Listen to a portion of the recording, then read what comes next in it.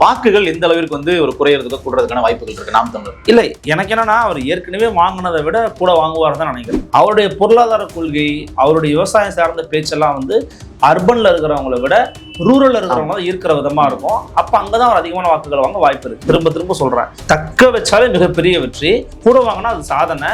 29, 31 தேர்தலில் சீமான் தான், நாம் தமிழர் கட்சி தான் தமிழ்நாடு தலையெழுத்த மாற்ற போறாங்க. விஜய் அவர்களுடைய தனிப்பட்ட வெற்றி வாய்ப்புன்னு பேசுறாங்க இல்லையா? 2 தொகுதிகளில் நிக்கிறாரு. ஆனா பெரம்பூர்ல தான் ரொம்ப ஃபோக்கஸ் பண்ற மாதிரி நம்ம வெளியிருந்து பார்த்து தெரியுது. டோர் டு டோர் பிரச்சாரம்லாம் அவர் போற மாதிரி இருக்கு. திருச்சி கிழக்கு பெரிய அளவுக்கு ஃபோக்கஸ் பண்ணாத மாதிரி இருக்கு. அவரோட தனிப்பட்ட வெற்றி எப்படி பாக்குறீங்க? இல்ல, பெரம்பூர்லயும் சரி திருச்சிக்கும் சரி ஜெயிக்கிறது ரொம்ப கஷ்டம் தான். கஷ்டம், பெரம்பூர்லயும் கஷ்டம்ன்றீங்க. இப்போ ஒரு பிரச்சாரத்தை தான் பார்த்து ஓட்டு போடணும்னா அவர் என்ன அவ்வளோ பெரிய பிரச்சாரம் பண்ணிட்டாரா? தமிழ்நாடு சுற்றி வந்துட்டாரா? தமிழ்நாட்டின் மூளை முடுக்கெங்கு விஜயின் கால்களை பதிந்து விட்டன அப்படின்னு ஏதாவது ஆதாரம் இருக்கா? இப்போ இந்த வாக்குகள் வந்து விஜய் அவர்கள் பிரிக்கிறாருன்னு வச்சுக்கோமே. இப்போ என்டிகேல இருந்து ஒரு சில விழுக்காடு கூட அந்த பக்கம் போகுதுன்னா சீமான் அவர்களுக்கு புதுசா உள்ள எந்த வாக்கு வரும்னு நீங்க நினைக்கிறீங்க? அதான் என்னன்னா, சீமானுடைய புதிய வாக்குகள் அப்படிங்கிறது நல்ல கேள்வி கேட்டீங்க. சீமான புதிய வாக்குகள்ங்கிறது ஜெயிச்சாரா தோத்தாரா? சிவாஜியே தோத்து போன தமிழ்நாடு தான் இருக்கு, காமராஜரையே தோக்க தமிழ்நாடு தான் இருக்கு. விஜய் தோக்கடிப்பாங்க அல்லது தோக்க வாய்ப்பு இருக்குங்கிறத நம்ம பேசுறோம். விஜயேன்னு சொல்ற அளவுக்கு விஜய் ஒண்ணுமே பண்ணல. நீ தலைவன்ற தகுதியை அடையணும்னா முதல்ல நீ கிரவுண்டுக்கு வா, நீ மக்கள்கிட்ட வா. அண்ணா என்ன சொன்னாருன்னு மேடைக்கு மேலே பேசுன, நீ மக்களிடம் செல், மக்களிடம் கற்றுக்கொள், மக்களிடமே திருப்பி கொடுன்னு அண்ணா சொன்னார். நீ எப்பயா மக்கள்கிட்ட வந்த? அப்ப லீடர் மெட்டீரியல் என்ன அர்த்தம்? நீ கேள்வியே அனுமதிக்கணும் இல்லையா? அது ரஜினிகாந்த் மாதிரி இருந்துட்டு போ. No comments, no comments. சாமானிய நேயர்களுக்கு வணக்கம். இன்றைய நேர்காணலில் நம்மோடு இணைந்திருப்பவர் ஊடகவியலாளர் அருள்மொழி அவர்கள். சார் வணக்கம். வணக்கம் சார். இப்போ இந்த களத்துல வந்து அடுத்ததான் வந்து பேச வேண்டியது நாம் தமிழர் கட்சி தாவேகா. இப்போ நாம் தமிழர் கட்சி எடுத்துட்டோம்னா ஒரு 4 முனை போட்டியா இருக்கிறதுனாலேயே அவங்களுக்கு ஒரு பெரிய அளவுல வாக்கு வங்கி குறையுங்கிற மாதிரி பல கருத்து கணிப்புகள். எப்பவுமே கருத்து கணிப்பு முடிவுகள் நாம் தமிழருக்கு பலிக்காது. இருந்தாலும் கேட்க வேண்டிய கேள்வி என்னன்னா, வாக்குகள் எந்த அளவிற்கு வந்து ஒரு குறையறதுக்கு கூடுறதுக்கான வாய்ப்புகள் இருக்கு நாம் தமிழர்? இல்லை, எனக்கு என்னன்னா அவர் ஏற்கனவே வாங்கினதை விட கூட வாங்குவார் தான் நினைக்கிறேன். 8 விட தாண்டி தக்க வச்சிருவாங்க, கூடுதலா வாங்குவாங்க. தக்க வச்சாலே அது மிகப்பெரிய வெற்றி. என்ன கேட்டீங்கன்னா, திரும்ப திரும்ப சொல்றேன், தக்க வச்சாலே மிகப்பெரிய வெற்றி, கூட வாங்கினா அது சாதனை. 29, 31 தேர்தலில் சீமான் தான், நாம் தமிழர் கட்சி தான் தமிழ்நாடு தலையெழுத்த மாற்ற போறாங்க. நடந்துச்சுன்னா நான் சொல்லலை, மரியாதைக்குரிய பாண்டே அவர்களே ஒரு இடத்துல பேசுகிற போது சொன்னாங்க, 24 சொன்னாங்கன்னு நினைக்கிறேன்.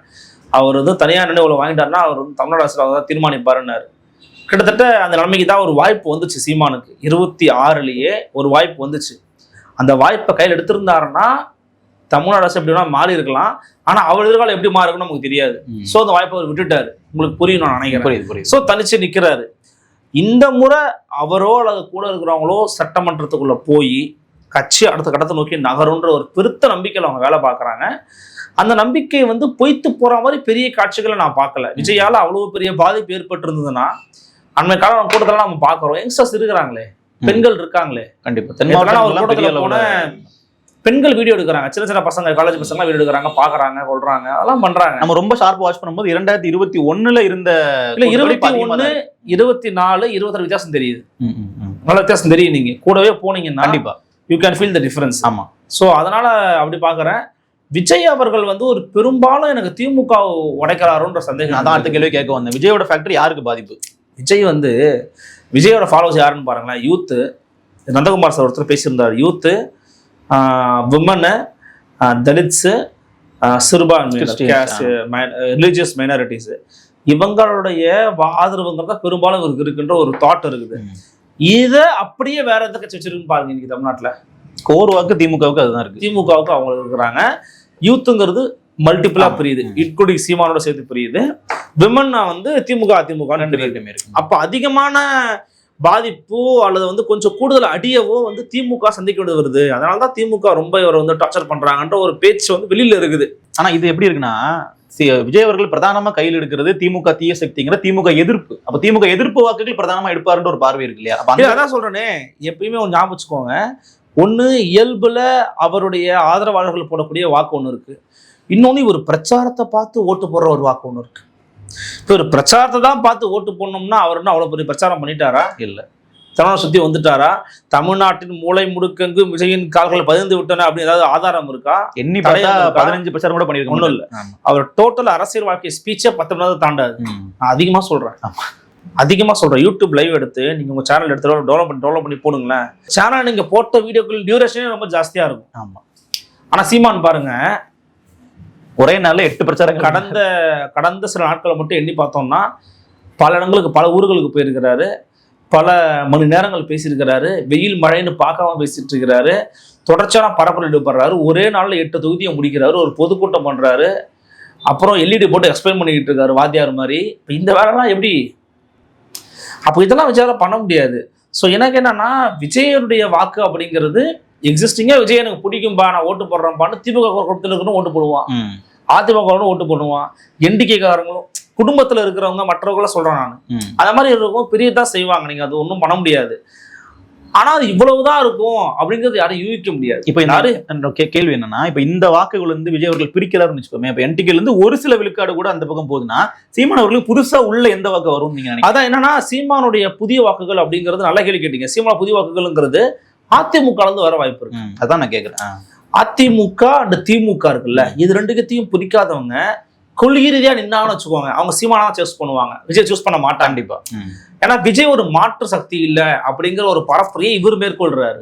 அவர் இல்லங்க மாற்று, நான் தாங்க மாற்றுன்னு சொல்றாரு. அவங்க 2000 தம்பி 2500 சொல்லுவாரு, அவங்க 1000 தம்பி 10,000 பாரு. மற்றபடி அவங்களுக்கு எந்த விதமான மாற்றுமே இல்லை அப்படின்ற இடத்துல சீமானுக்கு புதிய வாக்குகள் விழலாம். விஜய் நம்பி இருக்கிறது விமன் ஓட்டர்ஸ். ஆனா விமன் ஓட்டர்ஸ் கூட நான் வந்து அவ்வளோ அண்டர்ஸ்டிமேட் பண்ணலை. பெண்கள்லாம் படித்தவங்க, அவ்வளோ ஒன்றும் யோசிக்காமலாம் ஓட்டு போட மாட்டாங்க, யாரு என்ன ஏதுன்னு பார்த்தா ஓட்டு போடுவாங்க. அப்படி பார்க்கும்போது இவர் பிரிக்கக்கூடிய ஓட்டு கொஞ்சம் கூடுதலாக திமுக இருக்குது. அப்போ கூடுதல் பாதிப்பாங்க இருக்குமோன்ற ஒரு சந்தேகம் எனக்கு இருக்குது. இவ்வளோதான் 4 பேர் பகுப்பாய்வு பண்ணும்போது. ஆனால் இன்னைக்கு சூழலை நீங்கள் சொல்கிற மாதிரி ஒரு 4 முனை இப்படி தமிழ்நாட்டு இருக்கு அப்படின்னா அதுல ஒரு எட்ஜா நம்ம திமுக கொடுக்கலாம்.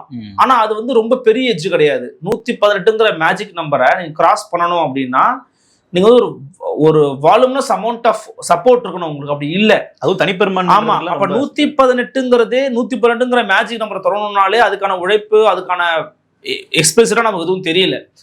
சோ அதனாலதான் நம்ம சொல்றோம் கேக் வாக்கா இருக்காது. கண்டிப்பா. ஏன்னா 2024 எடுத்துட்டாலும் கூட கமல்ஹாசன் அவர்கள் சூறாவளி பிரச்சாரம் போனார் எல்லா வாகனத்திலும். எல்லா அப்பெல்லாம் பாத்தீங்கன்னா 21 கூட உங்களுக்கு ஞாபகம் இருக்காது, 5 முனை பிரச்சாரம், 5 முனை போட்டி. டிடிவி தினகரன், திமுக, அதிமுக, டிடிவி, மக்கள் நீதி மையம், சீமான்.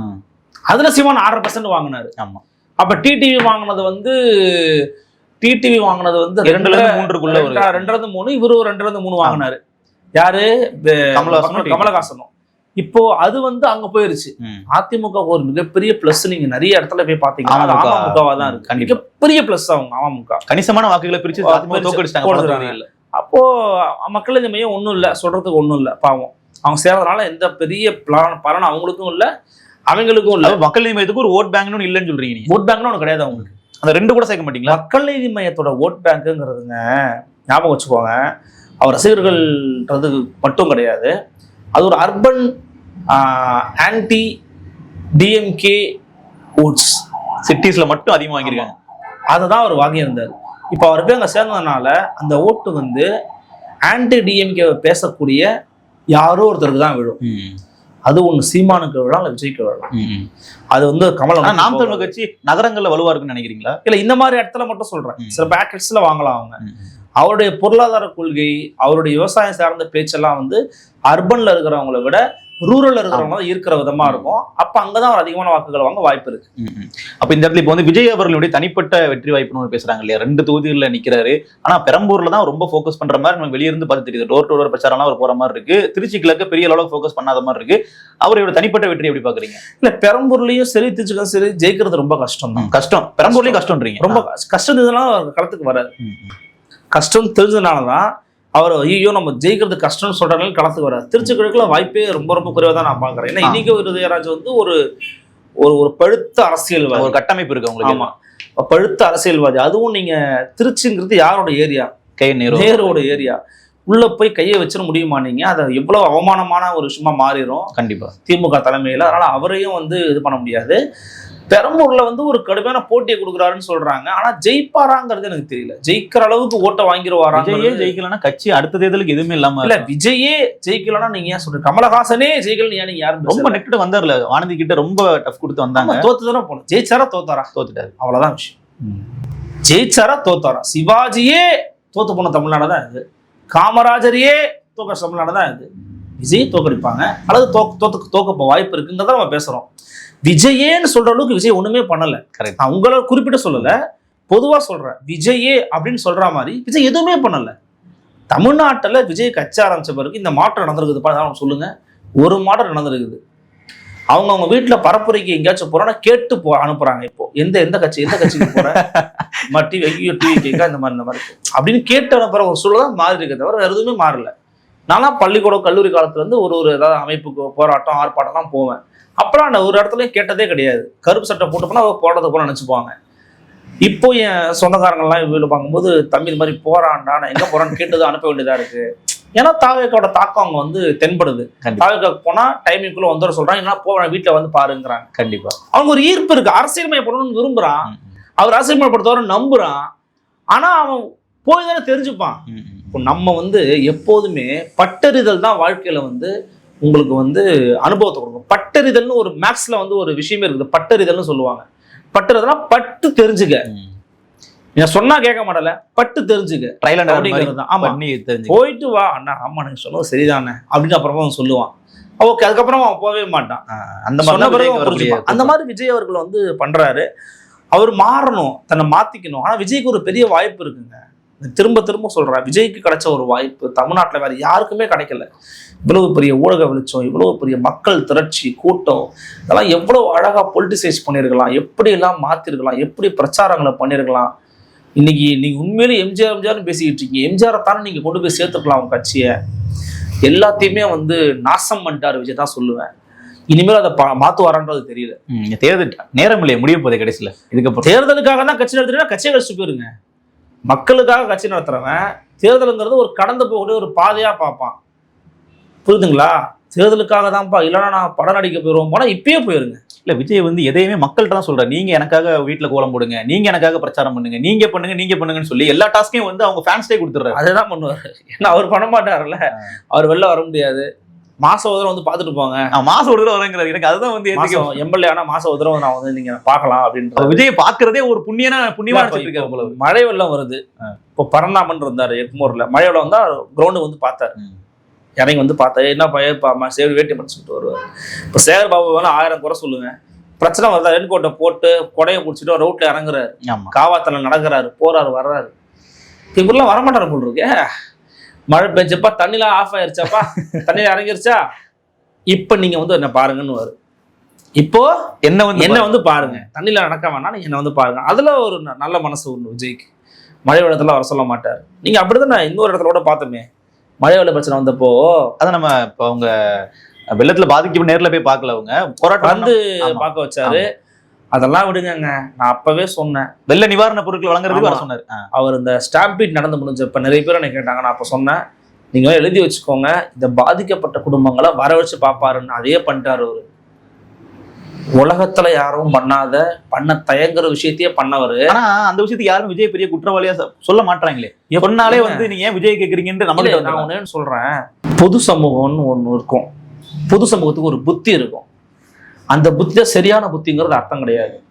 இப்ப நீங்க ஒரு பொது சமூகத்திட்ட போயிட்டு உங்க அப்பாவோ சித்தப்பாவோ பெரியப்பாவோ தாத்தாவோ அவர் பொதுவான ஒரு பெரிய அரசியல் புரிதல் இல்லாம இருக்கிறவங்கள்ட்ட போயிட்டு அவன் ஒரு தப்பு பண்ணா போலீஸ் சுட்டாங்க, தப்பு பண்ண சொல்லதான் செய்வாங்க, அப்படியே ஒரு காமன் மேன் பேசுவான். அது சரியா தப்பு? ஒரு கொலைகாரன் அப்படின்னு சொல்லி இவங்க வந்து இப்போ தமிழ்நாடு கவர்மெண்ட் போலீஸ் வந்து பிடிச்சாங்க. கொலை பண்ணா இல்லைன்னு தெரியாது ஆம்ஸ்ட்ராங் கேஸ்ல. விடியற் கால 4 மணிக்கு துப்பாக்கி எடுக்க போனான்னு சொல்லிட்டு நெஞ்சு சொல்லிட்டு கொலை பண்ணாங்க. அது சரியா தப்பா? தப்பு.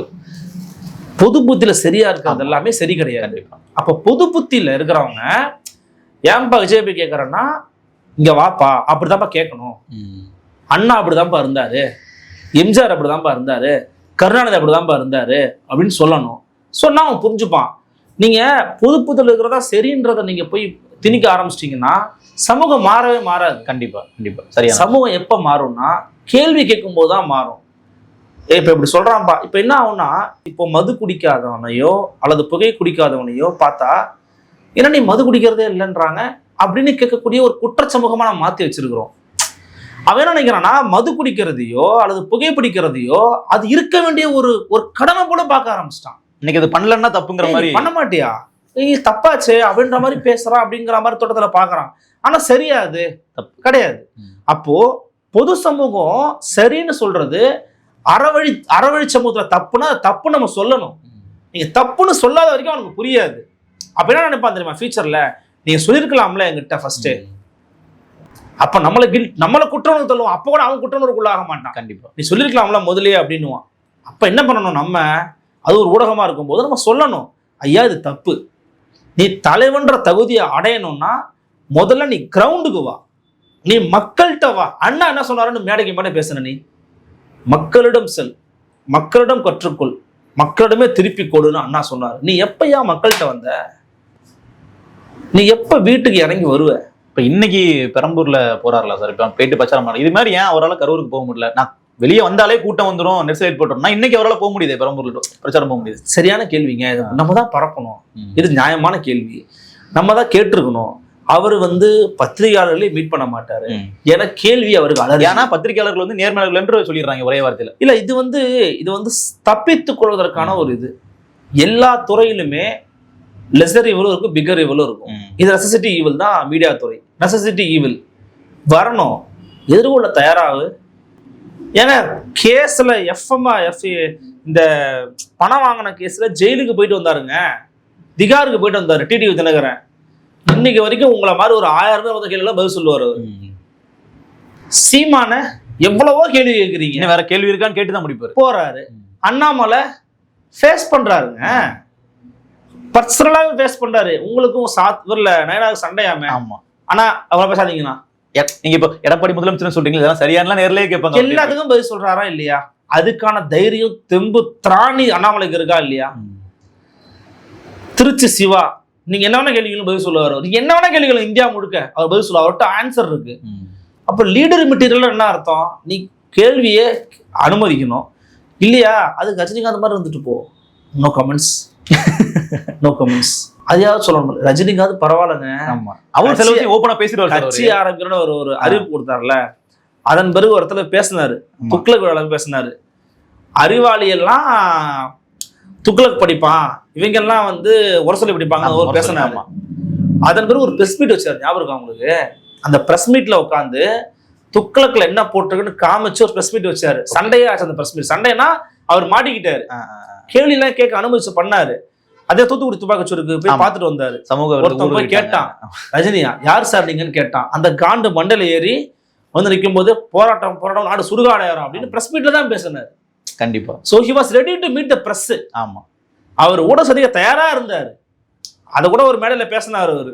ஐயோ இந்த மீடியாக்காரங்க வந்தாங்கன்னா கொள்கைன்னா என்னன்னு கேட்டாலும் தலையே சுத்திருவேன்.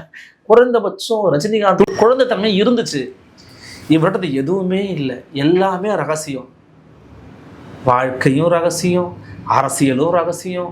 இப்படி ரகசியத்திலே வாழ்ந்துகிட்டு இருந்தீங்கன்னா ரகசியத்துல மக்கள் முடிச்சு விட்டுருவாங்க. இப்போ நீங்க இவ்வளவு கேள்வி கேட்குறீங்களா? இப்படிலாம் கேட்டீங்கன்னா நீங்க கேள்வி கேட்க வேண்டியது திமுக, நீங்க ஏன் தாவேக்காவை கேட்குறீங்கன்னு அதுக்கு மட்டும் பதில் சொல்லி. அதுதான் தப்பான ஒரு ஆட்டிடியூடுன்ற. அவருக்கு என்ன புரியல அப்படின்னா, எல்லாரையும் இந்த சமூகத்துல கேள்விக்குட்படுத்த ஏன் தாவேக்கா பத்தி இவ்வளவு கேள்வி கேட்குறீங்க, திமுக பத்தி கேளுங்க அப்படின்னு கேட்குறாங்க உங்ககிட்ட. அதாவது ஒண்ணு என்ன புரிஞ்சுக்கணும்னா, அவங்க புரிஞ்சுக்காதது என்னன்னா, தாவேக்காங்கிறது மக்கள் நன்மை செய்ய வந்திருக்கிற கட்சி அப்படின்னு கிளைம் பண்ணி போய் ஆமா எங்களை போய் கேள்வி கேட்குறீங்களே அப்படின்னா, தன்னை நல்லவான்னு யார் சொல்லிட்டு வரானோ அவன்கிட்ட அதிகமாக கேள்வி நான் கேட்போம். சரி, அதுதான்.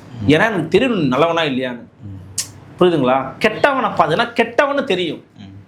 பிஜேபி பாருங்க, ஆமா ஏன்னா இந்துத்துவ நாட்டை தான் கட்டமைக்க போறேன், ஏன்னா ஆர்எஸ்எஸ் காரனா முஸ்லீம் அவனை அடிப்பண்டா, தாடி வச்சுக்காதரா, முஸ்லீம் எதிராக இடஒதுக்கீடு, ஏன்னா உனக்கு கொடுக்க மாட்டேன்னா நான் அவனை எதிரியா பார்க்கறேன்னு ஓப்பனாக இருக்காங்க. எனக்கு பிடிச்சிருக்குங்க.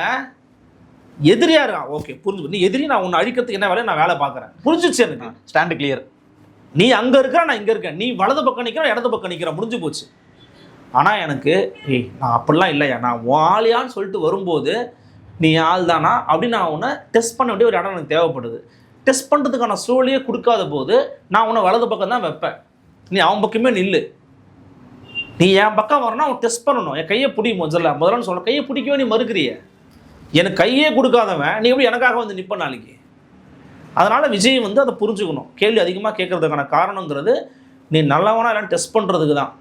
அதுக்கே நான் அனுமதிக்க மாட்டேன்னா நீங்கள் வரவே தேவையில்லை. நிச்சயமா சார். ரொம்ப பல கேள்விகளுக்கு வந்து ரொம்ப வெளிப்படையாக தெளிவான பதில்கள் கொடுத்தீங்க. நேர்காணலுக்கு மிக்க நன்றி. நன்றி.